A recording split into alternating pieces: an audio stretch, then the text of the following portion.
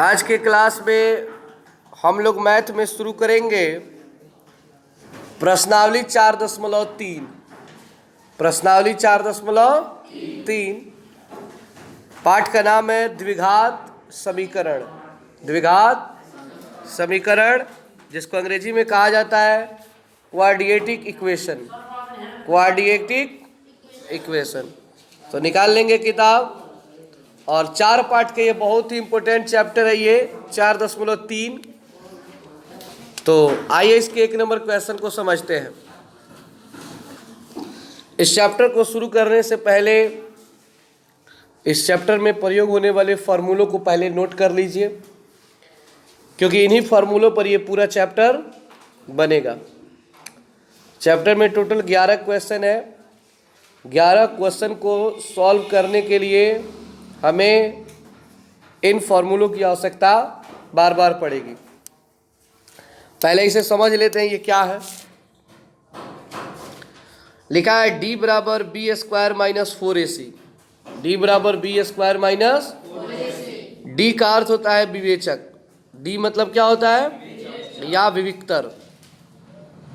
Exam में objective question में कोई द्विघात समीकरण दे देगा और कहेगा इसका विवेचक क्या होगा या इसका विविक्तर क्या होगा। तो आप इसी फार्मूले पे सॉल्व करेंगे। d बराबर बी स्क्वायर माइनस 4ac। अब रही बात कैसे निकाला जाता है, ये a क्या है, b क्या है, c क्या है, सॉल्व बताएंगे तो उसमें समझ में क्लियर हो जाएगा कि a b c कहाँ पर होता है। और d मतलब बस याद रख रहे हैं विवेचक या क्या होता है, विविक्तर।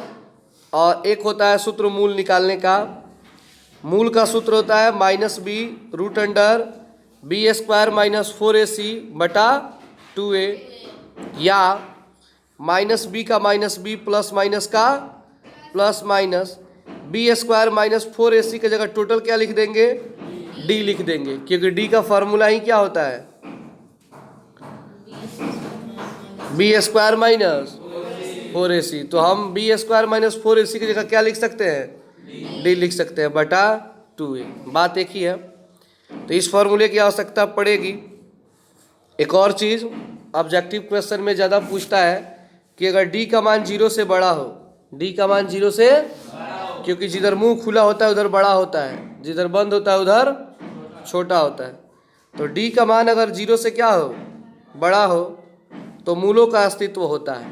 याद रखिएगा, एग्जाम में पूछता है कि d का मान अगर 0 से बड़ा हो तो क्या उसका मूलों का अस्तित्व होता है, तो कहेंगे हाँ। d का मान अगर 0 से बड़ा हो, 0 से बड़ा होने का अर्थ क्या होगा, प्लस में हो। जैसे 1 2 3 4 5 6 7 8 9 10 कुछ भी हो सकता है, प्लस में होना चाहिए, तो वो मूलों का अस्तित्व है। मूलों का अस्तित्व होने का अर्थ हुआ कि वो द्विघात समीकरण को हल किया जा सकता है। लेकिन अगर d का मान 0 से छोटा है, d का मान 0 से, तो मूलों का अस्तित्व, d का मान अगर 0 है तो भी मूलों का क्या है, अस्तित्व है। लेकिन d का मान जैसे ही 0 से छोटा हुआ, मतलब माइनस वाला अंक आ गया, तो वो कभी सवाल सॉल्व होता नहीं है। तो जब भी हम सवाल सॉल्व करेंगे तो सबसे पहले d निकालेंगे। क्या निकालेंगे? और d निकालने के बाद ये चेक करेंगे कि d का मान प्लस में आ रहा है कि माइनस में आ रहा है कि 0 आ रहा है। प्लस में आएगा तो आगे सॉल्व करेंगे, 0 आएगा तो भी आगे सॉल्व करेंगे। लेकिन अगर माइनस में आ गया तो हम उसे आगे सॉल्व नहीं करेंगे, हम सीधे लिख देंगे मूलों का अस्तित्व नहीं होगा, इसलिए इसका कोई भी हल नहीं होगा। समझ पा रहे हैं बात को? तो ये थे हमारे कुछ बेसिक चीज़ चैप्टर को बनाने से पहले। और ये 2 फार्मूला जो आप बचपन से ही पढ़ रहे हो, a माइनस बी का whole square, a square minus 2ab plus B square, a plus B का whole square, a square plus 2ab plus B square. तो चलिए सबसे पहले इसको नोट कर लीजिए, उसके बाद से हम चैप्टर को शुरू करते हैं। सबसे पहले चैप्टर का नाम लिख लेंगे।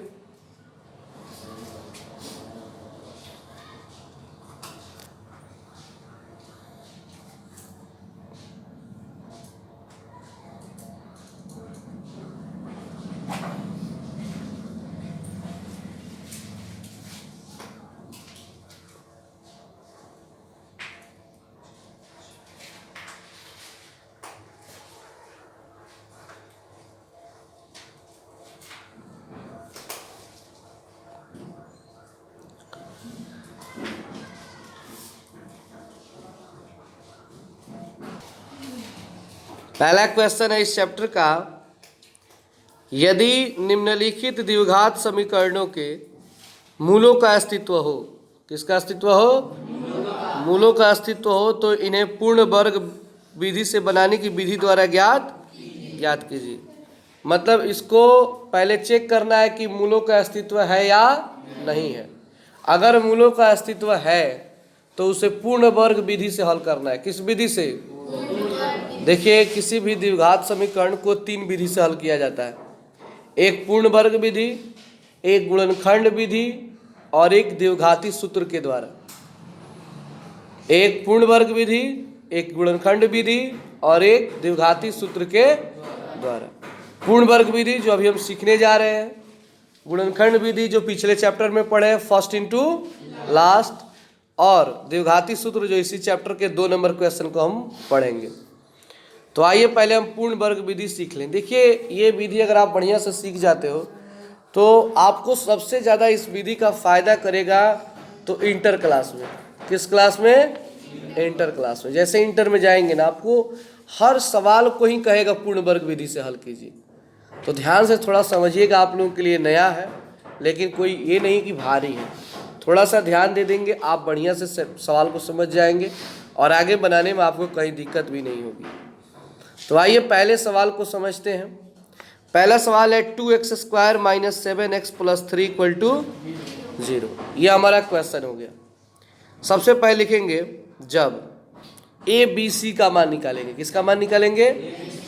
जब आपको फॉर्मूला बताया जा रहा था कि D = B² - 4AC, तो मैंने वहाँ बताया कि आगे चल कर मैं सवाल में बताऊंगा कि ABC कहाँ पर होता है। तो सबसे पहले देखिए A कहाँ होता है। x² के बगल में जो भी अंक होगा, जो भी अंक होगा वो A का मान होता है। बस इस दिमाग में बैठा लो, x² के बगल में जो भी अंक होता है वो A का मान होता है। तो x² के बगल में कौन सा अंक है? तो 2 है। तो A का मान क्या होगा? 2। x के बगल में B होता है, x के बगल में B होता है। तो बताइए x के बगल में क्या है? 7 तो है, लेकिन आगे क्या लगा है? माइनस। तो B का मान -7। अकेला अंक क्या है? 3। तो C का मान 3 है।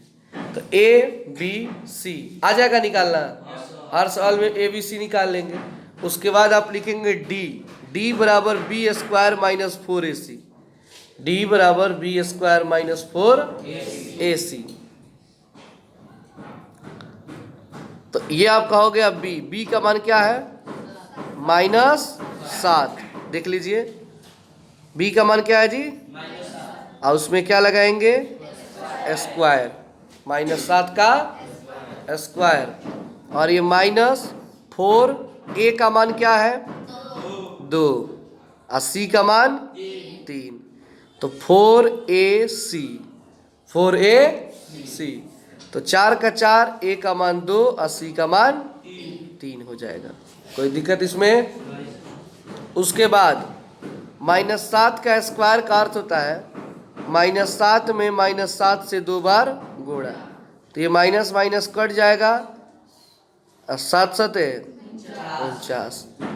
और ये 4 दूना 8, 8 त्रिका 24। तो 49 में से 24 घटाएंगे तो 25। बताइए क्या 25 में प्लस है कि माइनस? माइनस नहीं ना है, तो मूलों का अस्तित्व होगा। हाँ, क्योंकि अभी मैंने जस्ट शुरू में ही बताया कि D का मान अगर 0 से बड़ा है, मतलब प्लस में आए, तो मूलों का अस्तित्व होता है। अगर माइनस में आ गया होता तो इसका अस्तित्व नहीं होता। तो हम नीचे लिखेंगे D का मान 0 से बड़ा है, इसलिए यह मूलों का अस्तित्व है। अगर D का मान माइनस आ जाता तो हम इधर जो मुंह घुमा हुआ है इसको इधर कर देते और कहते मूलों का अस्तित्व नहीं है, और वहीं पर सवाल को छोड़ देते, आगे बनाते नहीं, क्योंकि बनता भी नहीं। देखिए अब बनाएंगे पूर्ण वर्ग विधि द्वारा। तो आइए अब पूर्ण वर्ग विधि से इसको हम सॉल्व करते हैं। पूर्ण वर्ग विधि का नियम कहता है कि सबसे पहले आपको ये देखना है कि जो द्विघात समीकरण दिया है उसमें सब का सब प्लस है या कहीं पर माइनस भी लगा हुआ है। तो बताइए क्या सवाल में कहीं पर माइनस है कि केवल प्लस है? माइनस है।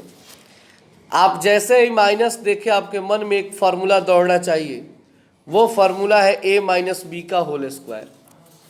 a माइनस बी का, ये आपके दिमाग में आ जाना चाहिए।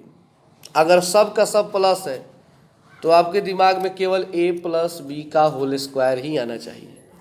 a प्लस बी का होल स्क्वायर।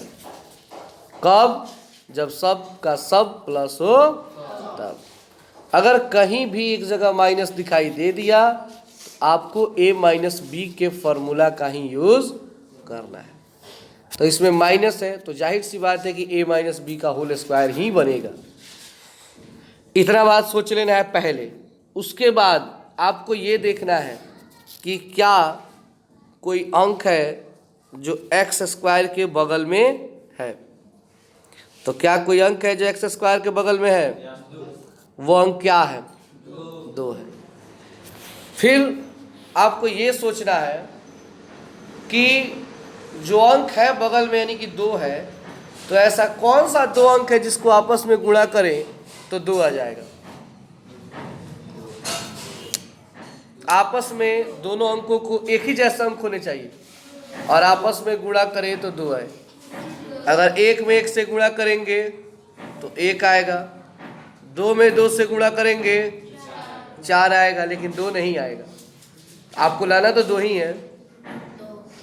तो आपको दिमाग में रखना है जब ऐसा आपको कुछ ना मिले तो एक ही रास्ता होता है, वो होता है रूट का प्रयोग करते हैं हम। हर संख्या में अपना 2 रूट होता है। उसका अपना कितना रूट होता है? 2। ये बात मैंने कई बार कही है कि हर संख्या का अपना 2 रूट होता है, यानी रूट 2 गुणे रूट 2। अगर 3 है तो रूट 3 गुणे रूट 3 है। लेकिन अगर 4 है तो आपको रूट लगाने की आवश्यकता, क्योंकि 4 2 का वर्गमूल होता है। किसका वर्गमूल होता है? तो आप डायरेक्ट 2 लिख देंगे। समझ रहे हैं बात को? तो यहाँ पे हम 2 की जगह क्या लिख दिए? रूट 2 एक्स का एक्स है, उसमें क्या लगा दिए? स्क्वायर। समझ में आ गया? तो इसका मान तोड़ेंगे तो फिर इतना ही आ जाएगा। मान में कोई परिवर्तन नहीं होगा, बस रूप में परिवर्तन है। फॉर्मूला बनाना है और वो फॉर्मूला बनाना है a माइनस बी का whole square. a minus B का होल स्क्वायर का अर्थ हुआ कि ये हो गया a स्क्वायर। ये क्या हो गया? a square. तो a स्क्वायर यानी a का मान इसमें क्या है? Root 2x। अगर पूछा जाए a का मान इसमें क्या होगा तो क्या कहिएगा?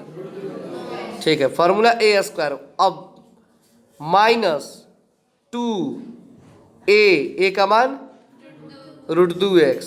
अब b, अब आपके पास सोचना है कि b का मान क्या लेंगे। b तो पता नहीं है। सबसे मेन काम यहीं पर होता है, ये b वाला है। 2a आ गया, लेकिन b क्या लेंगे। अब आपको सोचना है कि ऐसा कौन सा अंक है जिसको गुणा करें इसमें तो ये बीच वाला अंक आ जाना चाहिए, -7x।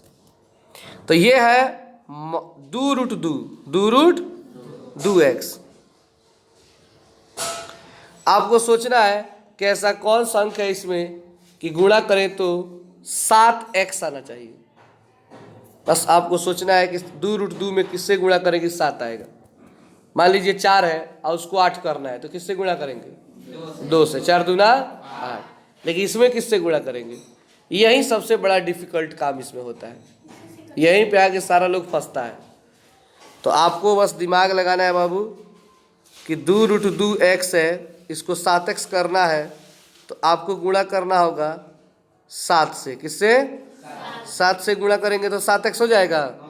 तो 7x होगा, लेकिन 2 रूट 2 भी तो हटना चाहिए। कोई भी अंक तभी हटेगा जब वो कटेगा। तो ऊपर 2 रूट 2 है तो बटा में भी अपने मन से क्या लगा दो। अब 2 रूट 2 से 2 रूट 2 कटेगा, 7x होगा। अब आपने ये 7 बटा 2 रूट 2 लिख दिया। किसका मान हो गया? ये b का मान हो गया। किसका मान? यानी a square minus 2ab plus b square. तो b स्क्वायर का अर्थ हुआ 7 बटा 2 रूट 2 का स्क्वायर। समझे? बोलिए।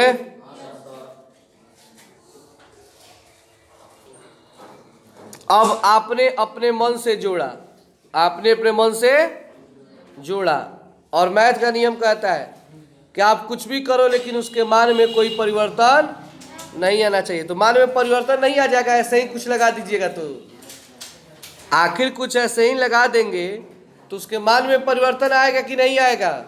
आएगा। तो उसको हटाने के लिए कुछ करना पड़ेगा क्या? जितना हम जोड़े हैं उतना घटाना पड़ेगा, जितना जोड़े हैं उसको, यानी 60/2√2² जोड़े हैं तो 60/2√2² क्या करना पड़ेगा? जो मिस्टेक से यहाँ छूट गया है, ठीक है ना? आप लोग सुधार कर लीजिएगा अगर छूटा हो तो। यहाँ पे -7/2√2 का होल स्क्वायर घटाना पड़ेगा। क्या करना पड़ेगा? जब यहाँ पे आप जोड़े हैं तो क्या करना पड़ेगा? ताकि फिर से ये क्या हो जाए? कट जाए, मान में कोई परिवर्तन न आए। आइए +3 का +3। समझ में आ रहा है बात? बोलिए। बड़ा सा दिमाग हिला ना। आप देखिए अभी 2 ही लाइन चले हैं। a² - 2ab + b², यहाँ से लेकर यहाँ तक ये फॉर्मूला हो गया। किसका फॉर्मूला है ये? a - b का होल स्क्वायर, क्योंकि यहाँ पे क्या लगा है? तो a का मान √2x, a का मान माइनस का माइनस, और b का मान 7/2√2 होल स्क्वायर, यानी a - b का होल स्क्वायर। समझ में आ गया? अब आइए इसको समझते हैं। ये माइनस का माइनस, 7 का स्क्वायर, 7 का स्क्वायर का अर्थ हुआ 7 में 7 से 7 सते। आइए 2√2 का स्क्वायर, 2√2 का, तो 2√2 का स्क्वायर का अर्थ हुआ कि 2√2 में 2√2 से क्या करेंगे? तो ये 2 दूना, और √2 में √2 से गुणा होगा तो 2 दूना, 4 का वर्गमूल 2, तो 4 गुणे। आइए 3 का, बस वहाँ ऊपर छूटा है उसको लिखना पड़ेगा, ठीक है ना? अब ये हो गया, जैसे है वैसे उतार देते हैं। 49 का यहाँ पे देखिए, कटाएंगे तो कट जाएगा।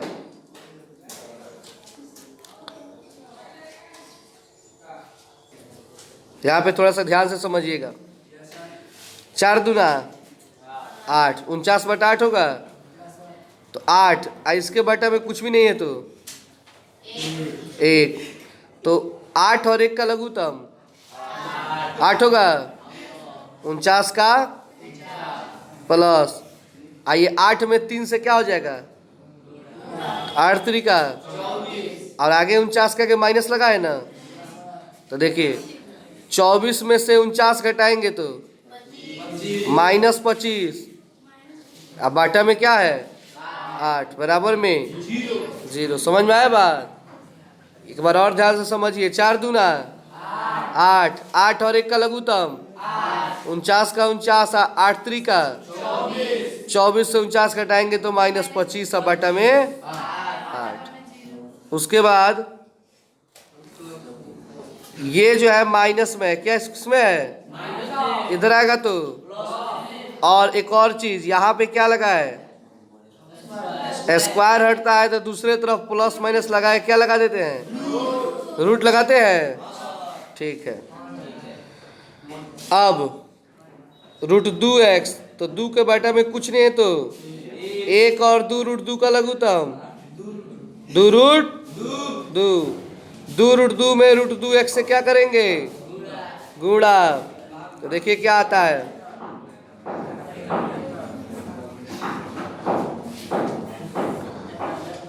ये 2 में 2 का 2, और √2 में √2 से गुणा करेंगे तो 2 दूना x का 4 का वर्गमूल 2 दूना 4x आएगा। बोलिए, यहाँ क्या लिख देंगे? अच्छा, फिर से ये 7 का, अब बाटा में 2 रूट, इधर आइए 25 का वर्गमूल 8 का वर्गमूल 2 रूट, क्यों? 8 का गुणनखंड निकालेंगे तो कई गो 2 आता है? 2 दूना 4, 4 दूना, जिसका जोड़ा लग जाए उसको बाहर निकाल देते हैं। इसका नहीं लग रहा है तो इसको अंदर ही 2 रूट 2। अब ये 2 रूट 2 से 2 रूट 2, तो इधर बचा 4x माइनस 7, अब 5 का 5। 4x माइनस 7 एक बार प्लस में 5 है, एक बार माइनस में 5 है, तो ये माइनस में 7 है तो इधर आएगा तो ये माइनस 7 है इधर आएगा तो 7 को 5 को 12 को, 7 में से 5 गया 2, 7 में से 5 गया 4 गुणा में तो कहा जाएगा ये भी 4, 4 तिहाई, 2 एकम 2, 2 दूना 1 बटा, तो मूल एगो 3 आ गया, एगो 1 बटा।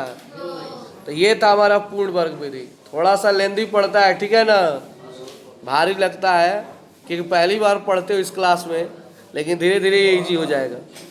तो चलिए इसको उतार लीजिए।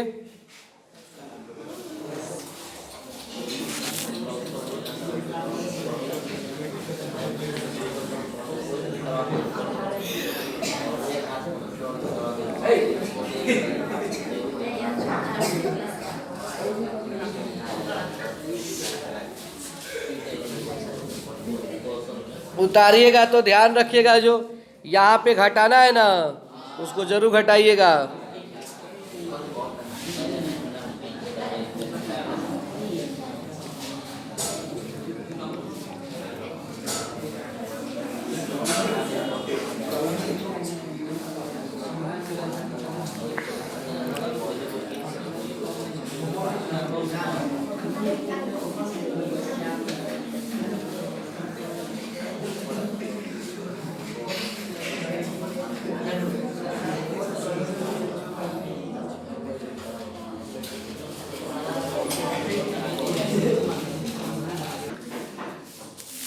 आइए 2 नंबर क्वेश्चन को समझा जाए, उसी के जैसा ये भी बनेगा, बिल्कुल बहुत इजी है। 2x square plus x minus 4 equal to 0। a का मान किसके बगल में होता है? x स्क्वायर के बगल में, तो a का मान 2 होगा। x के बगल में कुछ भी नहीं है तो 1 है, वो भी प्लस में, तो b का मान 1, और अकेला अंक माइनस 4 है तो c का मान। अब निकालेंगे d बराबर होता है B square minus 4ac, b का मान 1 माइनस 4 का 4, a का मान 2, c का मान माइनस 4। 1 का स्क्वायर 1, ये माइनस और ये माइनस हो जाएगा प्लस, 4 दूना 8 चौका 32, 1 और 32 को, क्या ये प्लस में है कि माइनस में? तो मूलों का अस्तित्व होगा, तो लिखेंगे d का मान 0 से बड़ा, इसलिए मूलों का। अब इसको पूर्ण वर्ग विधि से हल करेंगे। यहाँ तक तो खूब अच्छा लगता है, इसके बाद से आप लोगों को लगता है कोई शराब पड़ गया। आइए फिर भी समझा जाए। करना क्या है, पढ़ना ही पड़ेगा, उपाय दूसरा कुछ नहीं है। 2x स्क्वायर, बाबू यहाँ पे मिस्टेक से थोड़ा गलती हो गया है, ये कोष्ट नहीं रहेगा यहाँ पे, नहीं तो गलत हो जाएगा, ठीक है ना। 2x स्क्वायर है। अब 2 में स्क्वायर करने के लिए क्या किए थे? पीछे वाले क्वेश्चन में रूट लगाए थे, रूट 2x स्क्वायर, ये a का मान हो गया।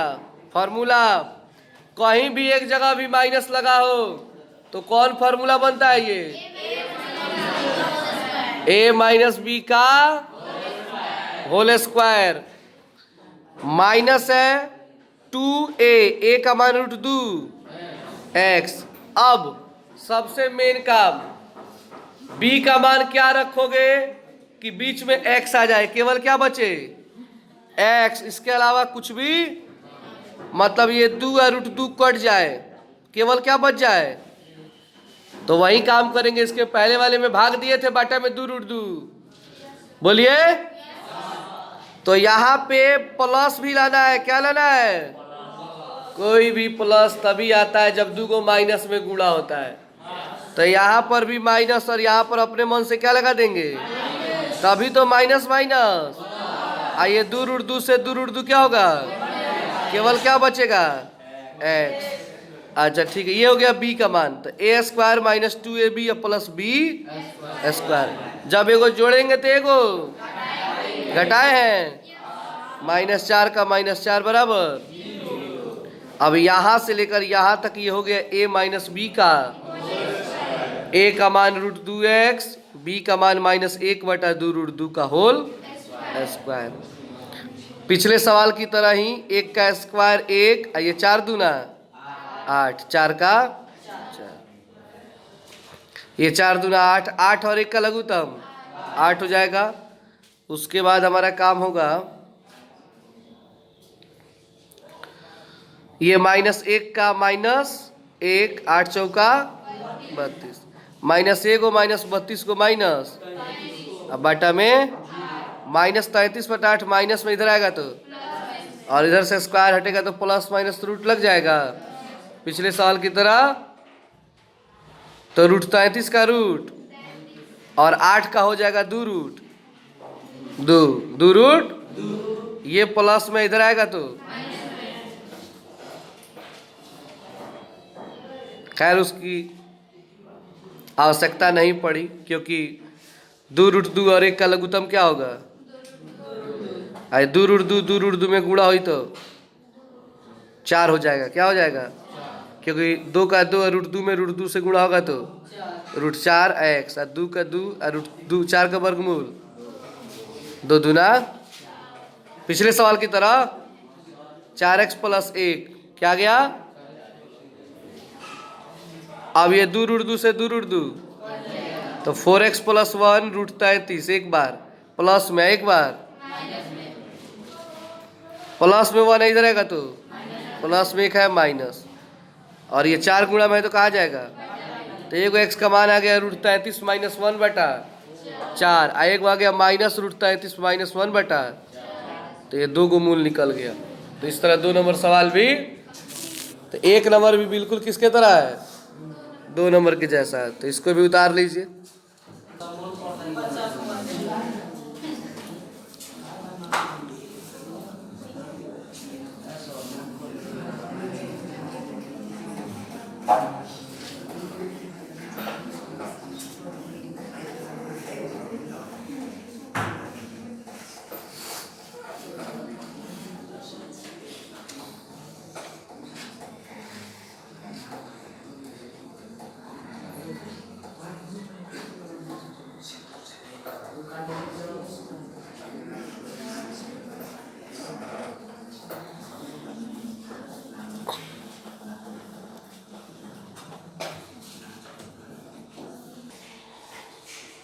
अब आइए क्वेश्चन नंबर 1 का 3 नंबर समझते हैं। वे भी उसी तरह बिल्कुल पहले मूलों का अस्तित्व चेक करेंगे। बताइए x² के बगल में क्या है, 4 है, तो a का मान, b का मान 4 √ 3, c का मान 3 होगा ना। d निकालेंगे, क्या निकालेंगे, तो d बराबर b² - 4ac, तो b का मान 4 √ 3 है, उसमें क्या -4 का 4, a का मान 4, 80 का मान 3, 4 चौका 16, 16 तिहाई। आइए 4 √ 3 का स्क्वायर देखिए कैसे निकलेगा। 4 चौका 3 तिरिका बराबर 16 गुणे 9 का वर्गमूल 3, 16 तिहाई, 16 तिहाई 48 से 48 घटाएंगे, क्या 0 का अस्तित्व है, हाँ 0 आए तो भी तो मूलों का अस्तित्व है। चलिए अब शुरू करते हैं पूर्ण वर्ग विधि। बाबू 4 है तो क्या 4 में रूट लगाना पड़ेगा, नहीं, क्योंकि 4 का वर्गमूल 2 होता है, तो 2x का स्क्वायर। अब ये हो गया a², क्या हो गया 2a, 2 दूना 4x। अब 4x में किससे गुणा करें कि 4 √ 3x हो जाए। देखिए दोनों तरफ किसकी कमी है, इधर भी 4 है, इधर भी x है, इधर भी क्या नहीं है? हाँ, √3 से गुणा कर देंगे। किससे? ये b का मान होगा। तो एक बार b² करके जोड़ेंगे तो एक बार 3 का ये 3, यहाँ से लेकर यहाँ तक a + b का a का मान 2x, b का मान √3 का होल स्क्वायर। स्क्वायर से रूट क्या हो जाएगा? कैंसिल, तो 3 और 3 का 3। ये 3 से 3 क्या होगा? प्लस माइनस से कटेगा, बराबर में 0। स्क्वायर इधर से हटाएंगे तो क्या लगेगा? 0। 0 का वर्गमूल कितना होगा? 0 का वर्गमूल बाबू कितना होता है? 0 ही होता है। अब ये प्लस में √3 इधर आएगा तो आई 2 गुणा में तो कहाँ जाएगा? तो x का मान आ गया -√3 बटा, तो दोनों एक के जैसा होगा, कोई दिक्कत इसमें? और इसी तरह 4 नंबर है, आप इसका d निकालोगे तो d निकालोगे, प्लस में आएगा तो पूर्ण वर्ग विधि से हल करना, नहीं आएगा तो इसको क्या करना? छोड़ देना, और ये आएगा भी नहीं, ठीक है ना? इसके मूलों का अस्तित्व नहीं है। तो इस तरह हमारा 1 नंबर सवाल क्या हुआ? कंप्लीट हुआ। चलिए इसको उतार लीजिए और आप लोग घर से 1 का 4 नंबर बना के लाइएगा।